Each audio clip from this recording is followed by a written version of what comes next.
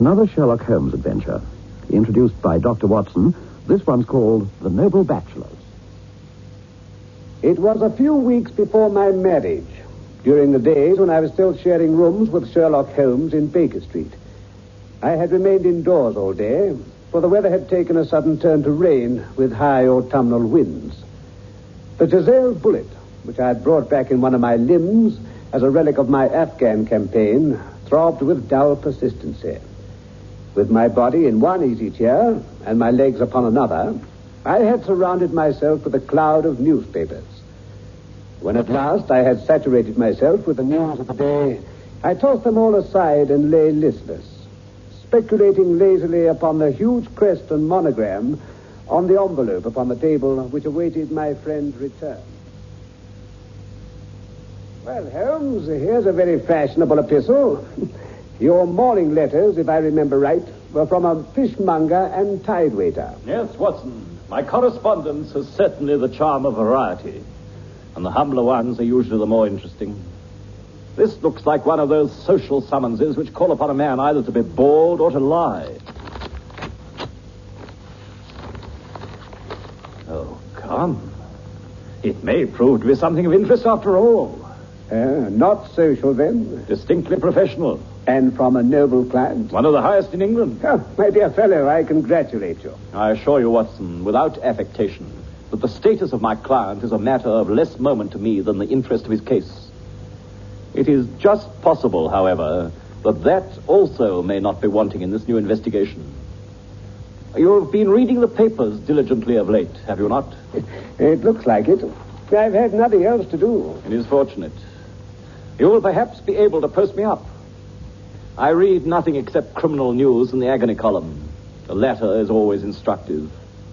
But if you have followed recent events so closely, you must have read about Lord St. Simon and his wedding. Oh, yes, with the deepest interest. The letter which I hold in my hand is from Lord St. Simon. I will read it to you. And in return, you must turn over these papers and let me have whatever bears upon the matter.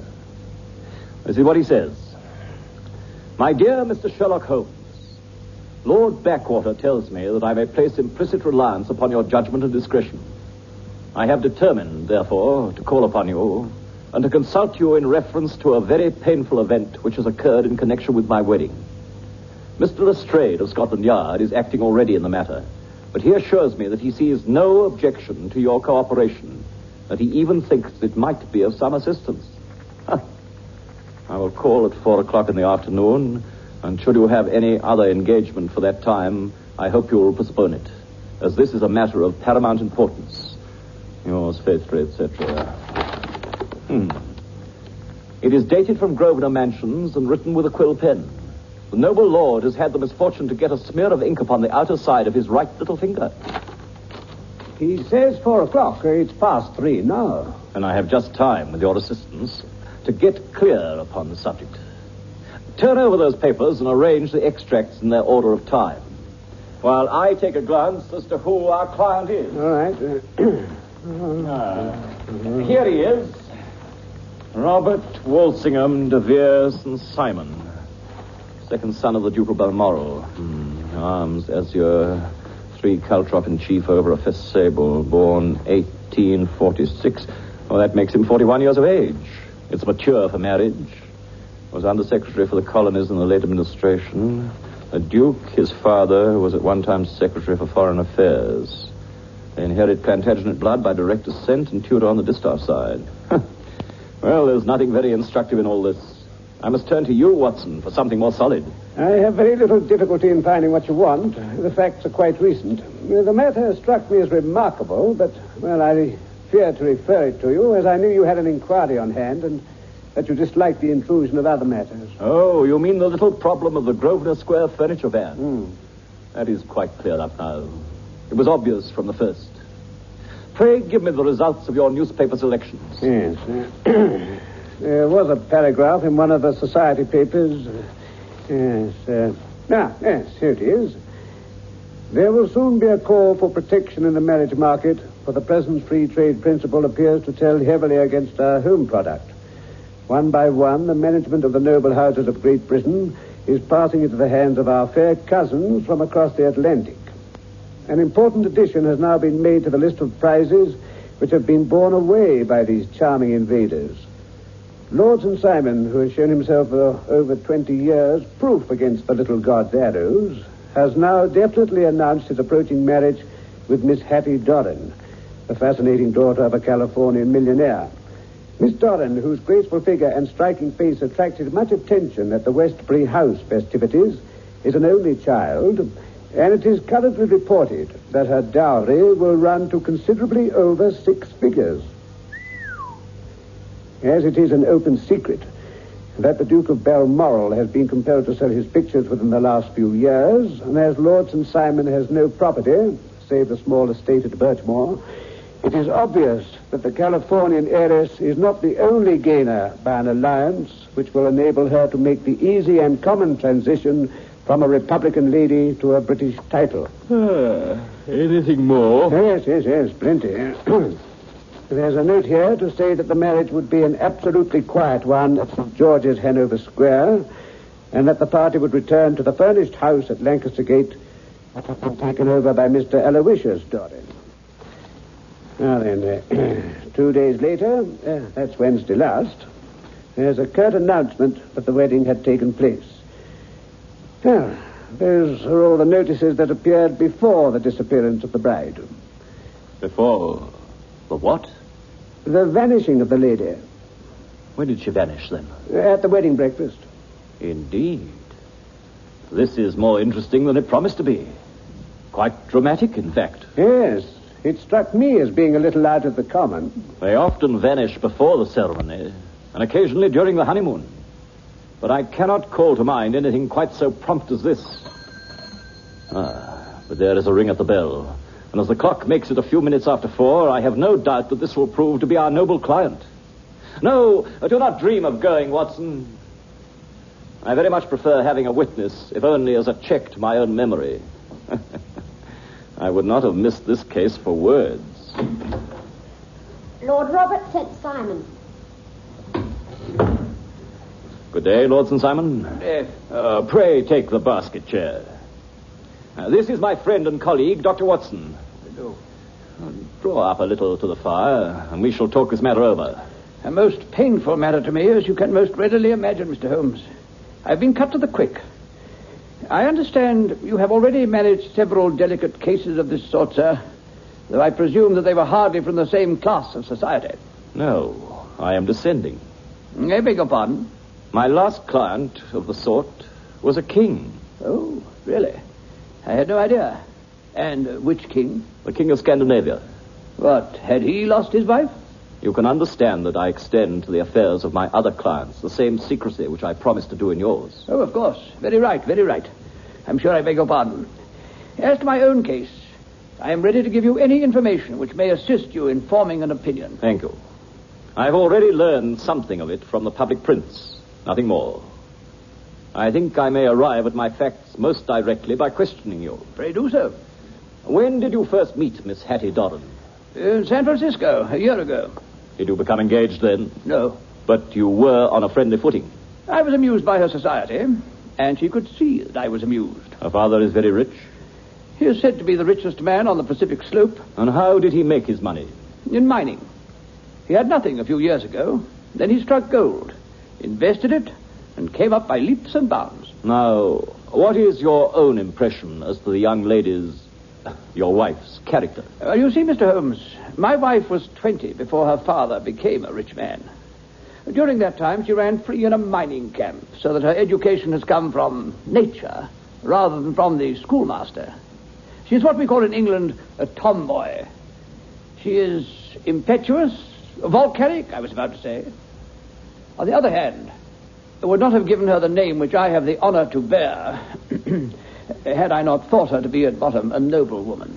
The young lady came to London then, and you renewed your acquaintance? Yes, her father brought her over for this last season. I met her several times. We became engaged, and I have now married her. She brought, I understand, a considerable dowry. Not more than is usual in my family. And this, of course, remains to you, since the marriage is a fait accompli. I really have made no inquiries on the subject. Very naturally not. On the morning of the wedding, was she in good spirits? Never better. She was as bright as possible until after the ceremony. And did you observe any change in her then? Well, to tell the truth, I saw then the first signs that her temper was a little sharp. The incident was too trivial to relate, though. It can have no possible bearing on the case. Pray let us have it for all that. Oh, it is childish.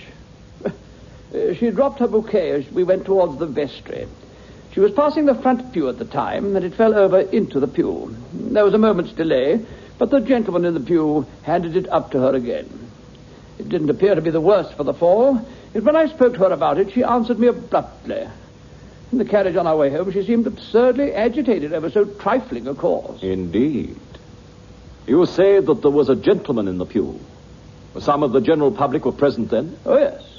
It is impossible to exclude them when the church is open. This gentleman was one of your wife's friends? Oh, no. I called him a gentleman by courtesy. He was quite a common-looking person. I hardly noted his appearance. But really, I think we're wandering rather from the point. At any rate, Lady St. Simon returned from the wedding in a less cheerful frame of mind than she had gone to it. What did she do on re-entering her father's house?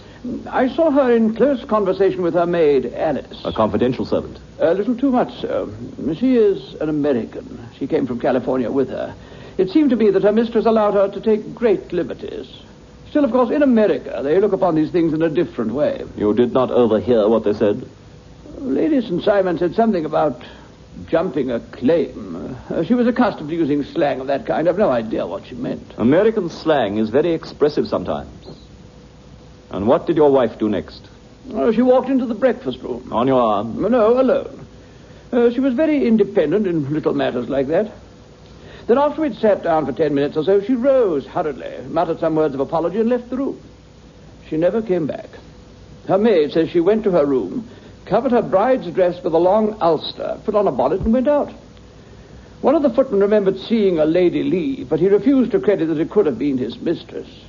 He naturally believed that she was inside. Quite so. Afterwards, my wife is said to have been seen walking into Hyde Park with the woman who had caused the disturbance earlier on. The disturbance? Yes. After we'd returned from the church, this woman apparently tried to follow us into the house. She had to be ejected by the butler and the footman. Why should she want to force her way in? Well, Mr. Holmes, she claimed, she and I...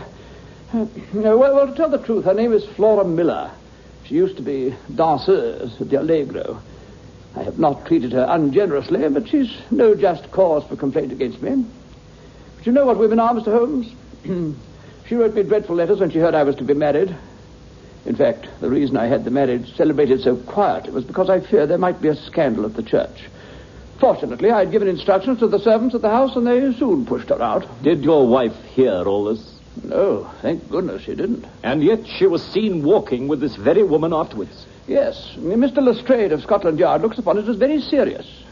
It is thought that Flora decoyed my wife out and laid some terrible trap for her. I understand that she is now in custody. Well, it is a possible supposition. Oh, you think so, too? Oh, I don't think Flora would hurt a fly. I didn't say a probable one. Still, jealousy is a strange transformer of characters. Pray then, Lord St. Simon, what is your own theory as to what took place? Well, really, I came to seek a theory, not to propound one. Since you ask me, however, it has occurred to me that the excitement, the consciousness that she had made so immense a social stride may have caused some little nervous disturbance in my wife. In short, that she had become suddenly deranged. Well, when I consider that she has turned her back, I will not say upon me, but upon so much that many have aspired to without reason, I can hardly explain it in any other fashion. Well, that is certainly a conceivable hypothesis. And now, Lord St. Simon, I think I have nearly all my data. May I ask whether you and your wife were seated at the breakfast table so you could see out of the window? We could see the other side of the road and the park. Quite so.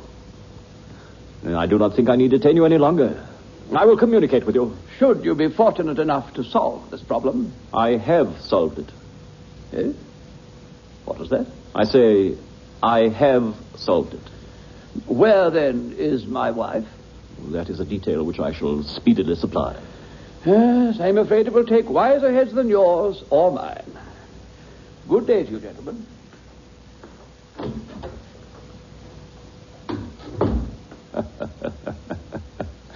It's very good of Lord St. Simon to honor my head by putting it on a level with his own. Well, I think I shall have a whiskey and soda and a cigar after all that cross-questioning. I had formed my conclusions as to the case before our client was nearly done. I have notes of several similar cases, though as I remarked before, none of them was quite as prompt. My whole examination has turned my conjecture into a certainty. Circumstantial evidence is occasionally very convincing, as when, to quote Thoreau's example, you find a trout in the milk. But I've heard all you've heard. Without, however, the knowledge of pre-existing cases which serves me so well. There was a parallel instance in Aberdeen some years back, and there was something on very much the same lines at Munich, the year after the Franco-Prussian War. It is one of those cases... But hello, here's the Strayed. You will find an extra tumbler on the sideboard. There are cigars in the box. Thank you. Evening, Dr. Watson. Good evening to you. What's up, then? You look dissatisfied. And I feel dissatisfied. It's this infernal St. Simon marriage case. I can't make head or tail of the business. Really? You surprise me. Oh, whoever heard of such a mixed affair? Every clue seems to slip through my fingers. I've been at work on it all day. And very wet it seems to have made you. I've been dragging the Serpentine. In heaven's name, what for? Looking for the body of Lady St. Simon. Have you dragged the basin of the Trafalgar Square fountain? Why? What do you mean? Because you've just as good a chance of finding this lady there as in the Serpentine. Oh, I suppose you know all about it. Well, I have only just heard the facts, but my mind is made up. Oh, indeed. Then you think that the Serpentine plays no part in the matter? I think it is very unlikely. Then perhaps you'll kindly explain how it is we found this in it.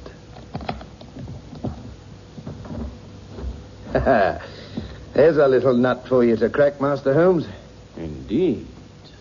See, Watson.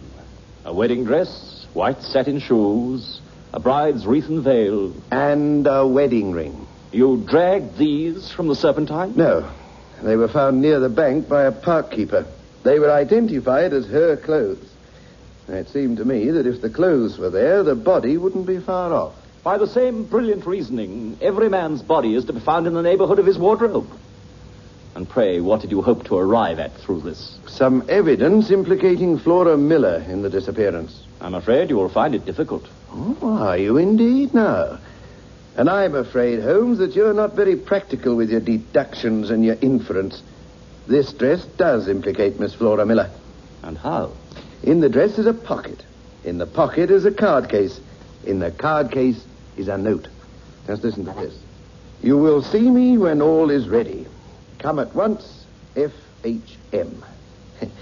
Now, my theory all along has been that Lady St. Simon was decoyed away by Flora Miller, no doubt with Confederates. Her initials are on this note. It was, no doubt, slipped into the bride's hand at the door, and it lured her into their reach. Very good, Lestrade. You really are very fine indeed. Let me see it. This is indeed important. Oh, you find it so? Extremely. I congratulate you warmly. Well, then. Well, you're looking on the wrong side. On the contrary, this is the right side. The right side? You're mad. Here is the note written in pencil over here. And over here is what appears to be a fragment of an hotel bill. It interests me deeply. Oh, there's nothing in that. I looked at it before. October the 4th, rooms 8 shillings. Breakfast 2 and 6, cocktail 1 shilling, lunch 2 and 6, glass of sherry 8 pence. I can see nothing in that. Very likely not. It's most important all the same. As to the note, it's important also, or at least the initials are. So I congratulate you again. No, I've wasted time enough. I believe in hard work, not sitting by the fire spinning theories. We shall see who gets to the bottom of this first. Good day to you, Mr. Holmes. Just one hint to you, Lestrade. I will tell you the true solution of this matter. Lady St. Simon is a myth. There is not, and there never has been, any such person. Mad. Mad. But there is something in what the fellow says about outdoor work. I think, Watson, I must leave you to your papers for a little. Well, Watson. They have laid the supper in my absence, I see. Yes, I didn't know what it was all about. A confectioner's man came and set it all out. Cold woodcock, pheasant, pâté de foie gras pie, and some bottles. Said it had been paid for and ordered to this address. Capital. Yes, he's laid for 5. You seem to expect company. Yes. I fancy we may have some company dropping in. I'm surprised Lord St. Simon has not already arrived. I fancy I hear his step on the stairs now. My message reached you then. Yes. But I must confess the contents startled me beyond measure. Have you good authority for what you say? The best possible. Oh, what will the Duke say? What's he to think when he hears that one of the family has been subjected to such humiliation? It is the purest accident. You look on these things from another standpoint. I can hardly see how the lady could have acted otherwise. Her abrupt method of doing it was undoubtedly to be regretted. But having no mother, she had no one to advise her at such a crisis. It was a slight, sir. A public slight. You must make allowance for this poor girl, placed in so unprecedented a position. I will make no allowance. I am very angry indeed. I have been shamefully used. I think I heard a ring. Yes, there are steps on the landing. If I cannot persuade you to take a lenient view, Lord St. Simon, I have brought an advocate here who may be more successful. Lord St. Simon, allow me to introduce you to Mr. and Mrs. Francis Hay Moulton. Lady, I think you have already met. You're angry, Robert. Well, I guess you've every cause to be. Pray, make no apology to me. Oh, yes, I know I treated you real bad. I should have spoken to you before I went, but I was kind of rattled. From the time I saw Frank here again, I just didn't know what I was doing or saying. I only wonder I didn't fall down and go faint right there before the altar. Mrs. Moulton, perhaps you would like my friend and me to leave the room while you explain this matter. If I may give an opinion, we've had just a little too much secrecy over this matter already. For my part, I'd like all Europe and America to hear the rights of it. Then I'll tell our story right away. Frank and I met in 81 in McGuire's camp near the Rockies, where Pa was working on a claim. We were engaged, Frank and I. But then one day, Pa struck a rich parkhead and made a pile, while poor Frank here had a claim that came to nothing. The richer Pa grew, the poorer Frank got. So at last, Pa wouldn't hear of our engagement lasting any longer, and he took me away to Frisco. Frank wouldn't throw up his hand, though. You bet. So Frank followed me and saw me without Pa knowing. He said he would go back and make his pile, too, and he wouldn't come to claim me till he had as much as Pa. So I promised to wait for him till the end of time and not to marry anyone else as long as he lived. So I said, why shouldn't we be married straight away then? Then I'll feel sure of you. But I won't claim to be your husband till I come back. Well, we talked it over, see, and we just went to a clergyman and did it right there. Well, the next I heard of Frank was he was in Montana, then in New Mexico. Then there was a newspaper story about how a miners' camp had been attacked by the Apache Indians, and there was Frank's name among the killed. I was sick for months. There was never another word of Frank after that. Well, then Lord St. Simon, Robert, came to Frisco. We came to London, and a marriage was fixed. You see, I was... Hold on, dear. I felt all the time that no man on this earth could ever take Frank's place in my heart. But I meant to make Robert just as good a wife as it was in me to be. But you imagine what I felt first as I came to the altar rails. There was Frank, standing looking at me out of the first pew. Well, I thought it was his ghost at first. But I looked again, and there he was, still, with a kind of question in his eyes. I didn't know if to stop the service or make a scene in the church. What the clergyman was saying was just like a bee buzzing in my ears. I scribbled her a note, yes. and it... On the way out again, I saw the piece of paper in his hand, and I knew it was for me.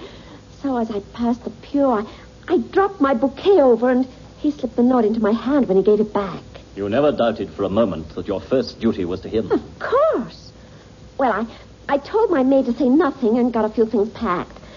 I know I ought to have said something to Robert, but it was dreadful hard in front of his mother and all those great people. I just made up my mind to run away and explain afterwards. I hadn't been at the table 10 minutes when I saw Frank out in the road. I slipped out and followed him into the park. Some woman came up talking something about Lord St. Simon, but I managed to get away from her. I caught up with Frank, and we took a cab to his place in Gordon Square. And that was my true wedding, after all these years. You see, I've been a prisoner with those Apaches all the time. When I got back to Frisco, I saw in the paper about this other wedding. I just got to England in time. Frank was all for being open and telling what had happened. But I was so ashamed thinking of all those lords and ladies waiting up that table for me to come back. So Frank took my wedding things and dropped them anywhere in the park he thought they wouldn't be found. We were off to Paris tomorrow. Only this gentleman, Mr. Holmes, came round. Well, Robert, you've heard it all, and I'm very sorry if I've given you pain. I hope you don't think very meanly of me. Excuse me, but it is not my custom to discuss my most intimate personal affairs in this public manner. Then you won't forgive me? You won't shake hands before I go? Oh, certainly, if it would give you any pleasure. I had hoped that you would have joined us at a friendly supper. I think that there you ask a little too much. I may be forced to acquiesce in these recent developments, but I can hardly be expected to make merry over them. I think that with your permission, I will now wish you all a very good night. Then I trust that you, at least, will honor us with your company. It is always a joy to me to meet an American, Mr. Moulton. I'm one of those who believe that the folly of a monarch and the blundering of a minister in foregone years will not prevent our children from being someday citizens of the same worldwide country under a flag which will be a quartering of the Union Jack with the stars and stripes. Well, good night, Mr. Moulton. Good night. Good night. Well, Holmes. Yes, the case has been an interesting one. It shows how simple the explanation may be of an affair which seems almost inexplicable at first sight. You had no doubt, then? From the first, two facts were obvious to me. One was that the lady was quite willing to undergo the marriage ceremony. The other was that she had repented of it within a few minutes of returning home. But she could not have spoken to anyone when she was out, for she'd been in the company of the bridegroom. Had she seen someone then? If she had, it must have been someone from America. She'd spent too little time in this country for anyone to acquire so deep an influence over her that the mere sight of him would induce her to change her plans. I see. By a process of exclusion, we have arrived at the idea that she might have seen an American. Then who could he be? He might be a lover. He might be a husband. When St. Simon told us of a man in the pew, and the change in her manner, and that transparent device of dropping her bouquet, it all became absolutely clear. Especially in view of that allusion of hers to claim jumping, which in miners' talk means taking possession of that which another person has prior right to. It was clear to me that she had gone off with a man, and the chances were in favor of his being a husband. And how in the world did you find them? Friend Lestrade held information in his hands and didn't know the value of it. The initials on the note were of the highest importance, of course. But it was more valuable still to know that within a week he had settled his bill at one of the most select hotels in London. How did you deduce the select? By the select prices. 8 shillings for a bed and 8 pence for a glass of sherry pointed to one of the most expensive hotels. There are not so many in London which charge at that rate. In the second one I visited in Northumberland Avenue, I learned by an inspection of the book that Francis H. Moulton, an American gentleman, had left only the day before. On looking over the entries against him, I came upon the very items I had seen in the duplicate bill. His letters were to be forwarded to 226 Gordon Square. So thither I traveled. The loving couple were fortunately at home, and I ventured to give them some paternal advice. I invited them to meet Lord St. Simon here and make their position a little clearer. But with no very good results. His conduct was certainly not very gracious.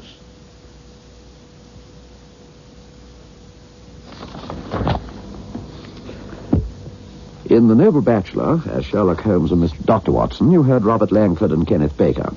Others in the cast were Edna Jacobson, Bruce Anderson, Louis Ife, and Roger Spence. There'll be another Sherlock Holmes adventure at the same time next week. Let's all go to the lobby. Let's all go to the lobby. Let's all go to the lobby to get ourselves a treat.